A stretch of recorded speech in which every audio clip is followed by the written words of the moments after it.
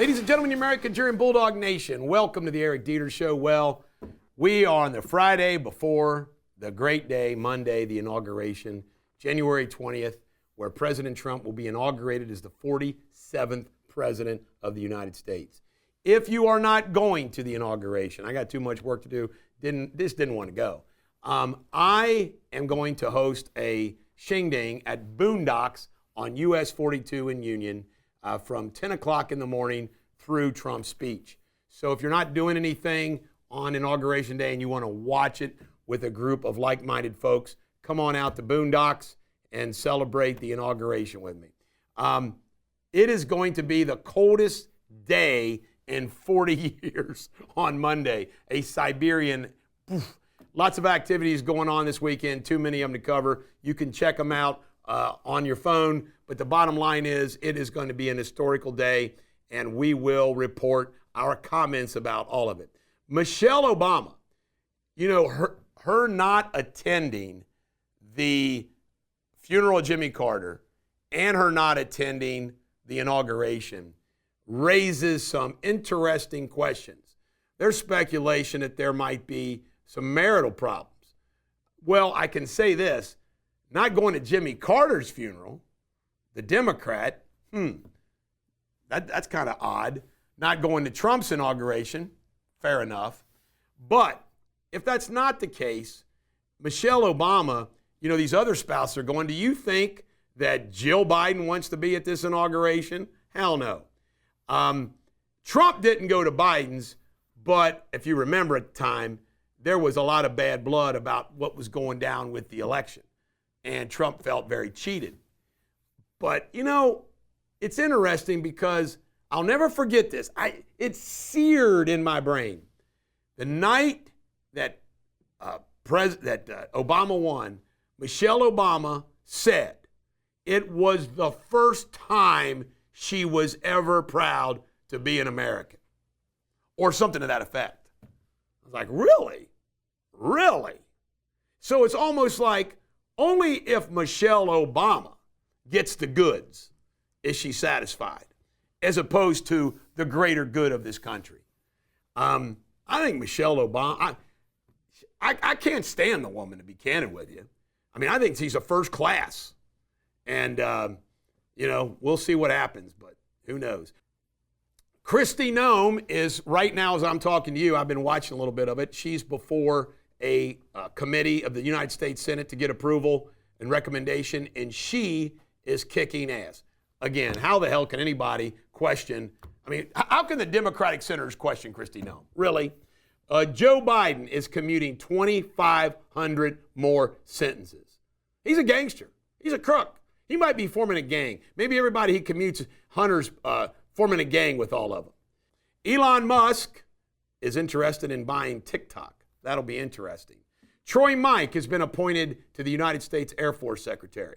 The FBI, before Trump and Kash Patel get there, has scrapped DEI. Scott Bessent testified before the Treasury yesterday, had a little scrap with Bernie Sanders. Joe Biden has a 61% failed presidency rating. Not good. Byron Donalds, a congressman from Florida, is interested in running for the United States Senate if he has the opportunity to. Corey Mills was interested too. They're both on the same mega side, so that'll be interesting. Official portraits have been revealed. You know what? He went with the one where he was in jail. I love it. His mugshot. Great stuff.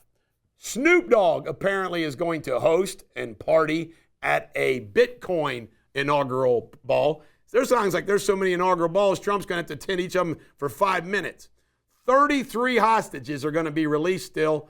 25 of them are alive. Nancy Pelosi says she's not going to go to the inaugural. Can you imagine? Just imagine Nancy Pelosi. All she was involved in to try to get Trump.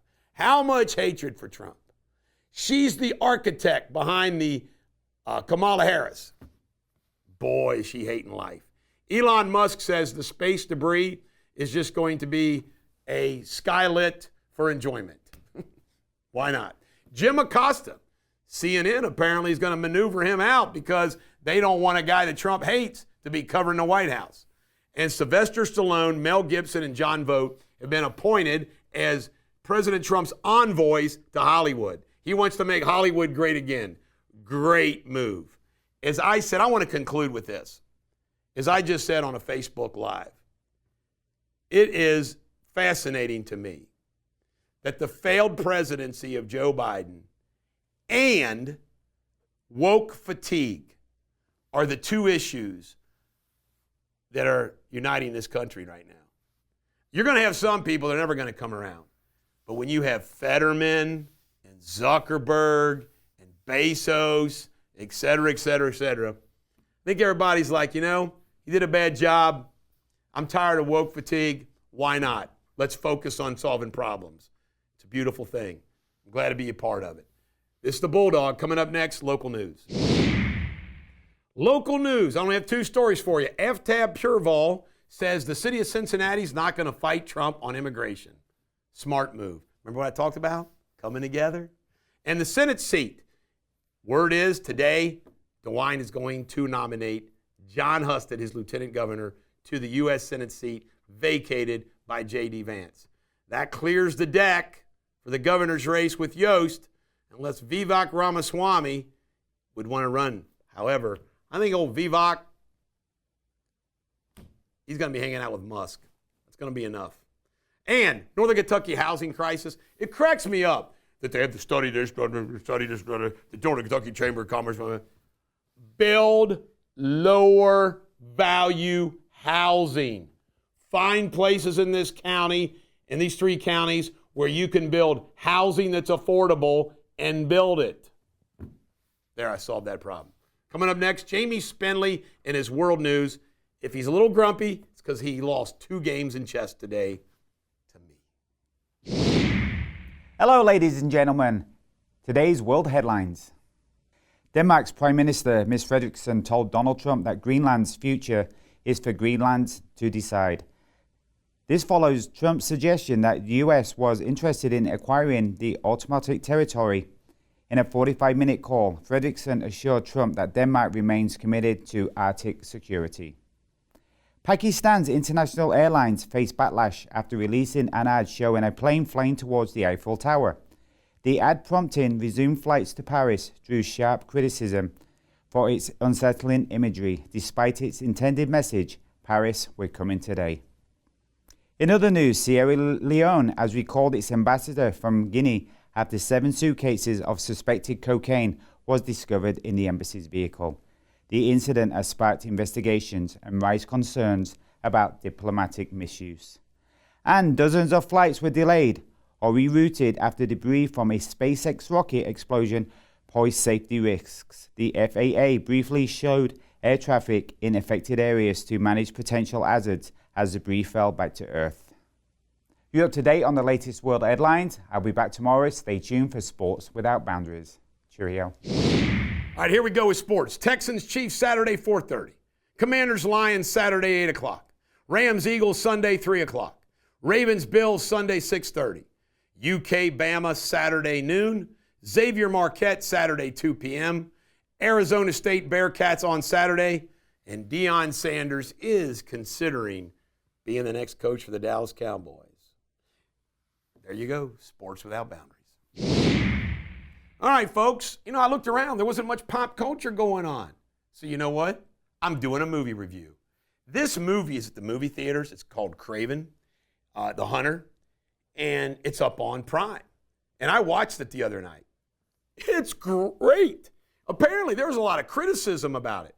Folks, if you like the good Marvel comic stories and movies, Craven is great. I loved it. I love this character.